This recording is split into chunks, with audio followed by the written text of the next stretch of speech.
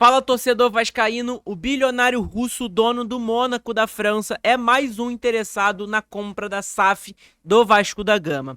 E o Renato Gaúcho considera a oferta do Vasco abaixo do esperado, mas o Vasco ainda vê com otimismo o acerto com o treinador. E a Fiorentina está muito interessada na compra do atacante Ryan do Vasco da Gama. Então é claro, se você não me conhece, o meu nome é João, você está no canal Sentimento Vascaíno e nesse vídeo vocês vão ver todas as últimas novidades e notícias sobre o Vasco da Gama. Vou pedir para você deixar o seu like e se inscrever no nosso canal, que é muito importante. Tamo junto? Agora vamos para as informações, tem informações importantes para a gente falar com vocês. A primeira informação é sobre o russo aí, Dmitry, e aí tem o nome dele, é mais um interessado na SAF do Vasco. Veja quem é o russo, dono do Mônaco. Empresário de 58 anos, é um dos 3 potenciais compradores com NDA assinada. Bilionário, ele já comprou a mansão de Donald Trump, que vai ser o presidente dos Estados Unidos, né, ano que vem. E é dono de uma ilha na Grécia. Falou em Grécia, a gente pensa logo em Evangelos Marinax. E a informação foi dada pelo João Guerra e também pelo Tébaro Schmidt, tá? Em entrevista na sexta-feira, Pedrinho afirmou que existem 3 interessados em comprar a SAF do Vasco com NDAs, acordo de confidencialidade, na sigla em inglês. São eles, o grego Evangelos Marinax e o italiano Andrea Radrizzani. O GE apurou que o terceiro é o russo Dmitry Ribolov. Enfim, não vou falar o nome, ele fala russo. Dono do Mônaco FC. O nome dele é muito difícil. Eita aqui. O russo, dono do Cercle Bruges e do Mônaco da França, quer comprar um clube no Brasil. Thiago Escuro, ex-Bragantino e atual CEO do Mônaco, está intermediando a negociação. A informação foi publicada primeiramente pelo Expresso 1923 e confirmada pelo GE. E aí tá aqui, em contato com o GE nesta terça-feira, o Mônaco negou qualquer interesse no russo em adquirir o Vasco. Então tá aí, informação importante. E aí tá aqui, o russo se tornou presidente do produtor russo de fertilizante Uralkali. Em 1995 e em 2010, ele vendeu sua participação majoritária na empresa para 3 oligarcas, ligadas ao Kremlin. Por 6,5 bilhões de dólares, o russo tem um patrimônio líquido relatado de 6,4 bilhões de dólares, o que se classificou em 50º lugar, se eu não me engano, na lista de bilionários da Forbes. Não sei como que fala, acabei esquecendo, mas acho que é isso. O empresário de 58 anos é um dos 3 potenciais compradores por NDA assinada. Bilionário já comprou mansão de Donald Trump por 95 milhões de dólares, localizada na Flórida, nos Estados Unidos. Na época foi a venda de propriedade residencial mais cara já ocorrida no país. Ele também é dono de uma ilha na Grécia, chamada de Scorpios. Cara, tem muito dinheiro, né? Pelo que a gente tá vendo. Em 2011, o russo se tornou-se proprietário majoritário e presidente do Mônaco com 66% das ações. O clube até então pertencia ao Principado de Mônaco, né? Ao Principado, na verdade. Desde sua chegada ao clube francês, a equipe foi campeã da segunda divisão do campeonato francês em 2012 e 2013 e venceu o título da elite nacional do país na temporada 16 e 17. Importante a gente mencionar sobre isso, né? Em 2018, Dmitry Robilov foi detido sob acusação de corrupção, tráfico de influências ativas e passivas e cumplicidade nesses crimes. Já tá aí mais um nome aí que tá envolvido em coisa errada, né? Em 2018, Rubilov foi incluído em uma lista divulgada pelo governo de Trump de 114 políticos e oligarcas russos que, segundo ele, estavam ligados ao presidente russo Vladimir Putin. No entanto, ele não foi incluído na lista de oligarcas russos sancionados depois que a Rússia atacou a Ucrânia. Uma assunto importante para a gente saber aí sobre o russo aí, que não vou nem falar o nome dele, que é um nome muito esquisito, né, com todo o respeito, mas não tem como falar. Enfim, uma assunto importante. O que vocês acham aí sobre esse russo aí? A gente vai falar muito sobre ele ainda, tá? No nosso canal aqui, com certeza, a gente vai falar muito sobre ele. Prometo pra vocês, hoje não vai ter live, mas amanhã vai ter live pra vocês. Então a gente vai falar sobre todos esses assuntos, sobre o russo, sobre um outro investidor que tá interessado também, etc, tá bom? A outra informação aqui agora que a gente vai falar pra vocês é sobre o quê? É sobre o treinador Renato Gaúcho, né? A gente sabe que o Renato Gaúcho tá na mira do Vasco, teve reunião na segunda-feira pra debater o planejamento do Vasco pra 2025, e aí ontem teve reunião com o treinador também para debater a questão financeira, a questão do salário do treinador e etc. Vamos lá. Segundo o GE Vasco, o Vasco fez proposta para o Renato Gaúcho na terça-feira para o técnico comandar a equipe na temporada de 2025.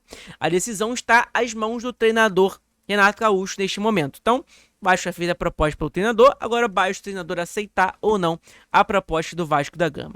Depois de uma reunião entre Felipe e Pedrinho, Marcelo Santana e Carlos Amodel, com o técnico e seu staff na noite de segunda-feira, as partes se reuniram novamente na manhã da terça-feira de ontem.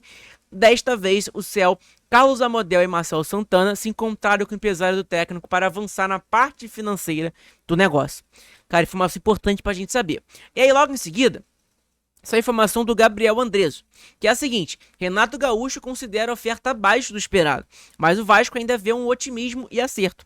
A proposta do Cruz Maltino é um pouco mais da metade do que o treinador ganhava no Grêmio, que é de 1,5 milhão de reais por mês.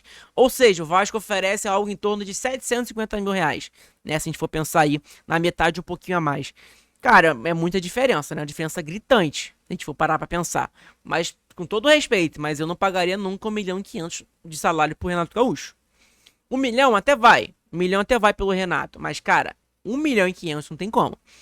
Enfim, proposta do Vasco foi de 750 mil. Se a gente for parar pra pensar, 800, por aí. Nessa casinha ali de 800, 700 e pouquinho. Enfim. Não é tão baixo, né? Obviamente, pra gente, tipo, pra mim, queria estar ganhando 1% disso aí que ele tá ganhando. Mas enfim, 1% não, né? 10% de que ele tá ganhando. Mas enfim, não tem como. Mas, cara, importante saber. O agente de Renato ficou de dar uma resposta até a quarta-feira. Então, até hoje, vai ter a resposta do Renato Gaúcho. Além de ter aval para levar toda a sua comissão na reunião, ficou garantido a permanência do técnico mesmo com a chegada de um novo investidor na SAF. Renato também apontou o que espera em termos de condições de trabalho e reforço para a próxima temporada. A diretoria vascaína considerou que as exigências estão dentro de suas condições de trabalho.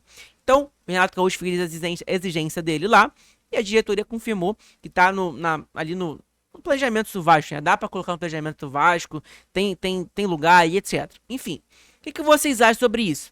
Renato Gaúcho pode vir ou pode não vir, vai depender de hoje para ele vir e acertar com o Vasco. A gente vai saber, né, hoje ainda. Enfim, informação importante para a gente saber sobre o treinador Renato Gaúcho. A outra informação aqui agora é sobre o jogador cria da base, Ryan. A gente sabe que tem muitos clubes interessados no Ryan. O Ryan é um jogador muito jovem, que tem muito potencial com certeza, mas não tá jogando tão bem no profissional. A oportunidade que ele teve não jogou tão bem, né?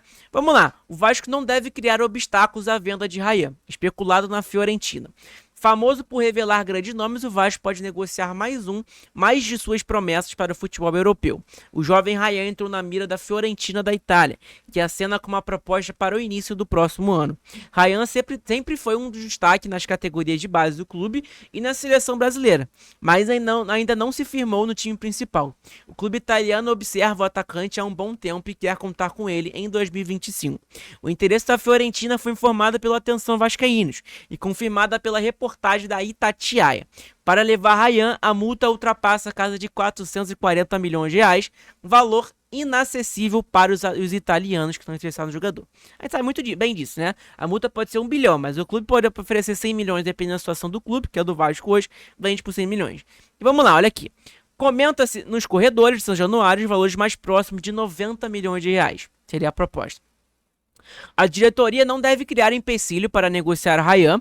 O empréstimo com opção de compra também já foi sinalizado. No time profissional, o atacante soma 41 jogos e 3 gols. E a Eagle Futebol de John Texo, do Botafogo, também já sinalizou com uma possível oferta por ele. Mas o negócio não avançou, segundo a informação. Informação importante para a gente saber aí sobre o atacante Ryan. O que vocês acham? Ryan tem que ficar no Vasco ainda ou não? Já deu de Ryan e tudo mais. Então, gente, eu acho que é mais ou menos isso o vídeo de hoje. Já falamos todas as informações, né, sobre Ryan, Renato Gaúcho, sobre a situação do Russo aí, né? Então é importante a gente saber sobre essa situação do Russo. A gente já viu ali praticamente que a gente já descobriu os investidores estão com a NDAs assinados ali com o Vasco. A gente sabe que o Vasco é uma potência muito grande mundialmente, né? Então vai ter interessados russo, americano, italiano, francês e tudo como tem lugar, né? Grego, enfim, mas a gente já sabe aí 3 nomes. Andrea Radrizzani, esse nome desse russo aí que eu não faço a mínima ideia como que fala, e também do Evangelos Marinakis, né? E aí fica na escolha de vocês quem vocês querem escolher. Um dos 3 aí. Pra mim, a melhor opção no momento, pra mim, é Evangelos Marinakis. Pra mim, o cara foi eleito melhor gestor de futebol, diretor, enfim, algo do tipo. Que é muito bom isso. Ele a gente vê os parâmetros dos clubes onde ele gere, né? O Nottingham Forest, o Olympiacos, o próprio e o Ave que ele comprou recentemente tá muito bem também. Então, cara, o planejamento que ele tá fazendo pros clubes dele tá muito bom. E os clubes estão indo muito bem. Então, cara, se ele viesse pro Vasco, pra mim, seria uma boa, né? Pensando dentro do futebol. E aí, extra-campo a gente tem que ver e tem que resolver, etc. Mas, enfim, é mais ou menos isso a minha opinião. Pra mim, o melhor nome é o Evangelos Marinakis. Pensando na experiência que ele tem dentro do futebol também, tá há muito tempo. Esse russo também tem muito tempo. O André Radizani é um cara que, pra mim, é a pior opção. O André Radizani é um cara que revende suas transmissões, já fez seu dinheiro todo com você revendendo transmissões, etc. Enfim, pra mim não é o melhor nome. A outra informação foi do Renato Gaúcho, né? Cara, pra mim o treinador ideal pro Vasco brasileiro é o Renato Gaúcho, né? Pensando assim. Agora, se o Vasco vai fechar com ele ou não, não sei. Mas se não fechar com ele, agora ferrou, né? Porque a gente não sabe nenhum nome. Particularmente, eu não sei nenhum nome pra ser treinador do Vasco no ano que vem, né? Se não fechar com o Renato. Tem Pedro Caixinha, mas o Grêmio tá negociando com ele. E aí, como que fica? Então, cara, fica aí. Vamos ver o que a diretoria do Vasco vai fazer para o ano que vem. E aí tem também sobre o Ryan, que é um moleque da base aí que tem muito potencial, mas que acabou no profissional não se vingando tanto, né? Não vingou tanto. Então, gente, é mais ou menos isso. Espero que vocês tenham gostado desse vídeo. Deixa seu like, é muito importante. Ajuda pra caramba no nosso canal. Sei que tem 3 dias que eu não faço live, mas é que eu tô tendo alguns problemas. Tive problema na segunda-feira. Hoje vou ter formatura da minha namorada, então não vou conseguir estar presente, né? Na livezinha pra vocês 2 horas. Enfim, é mais ou menos isso. Tamo junto? Abração, fiquem com Deus. Tem vídeo aí de tarde pra vocês também. Abraço, gente. Tamo junto.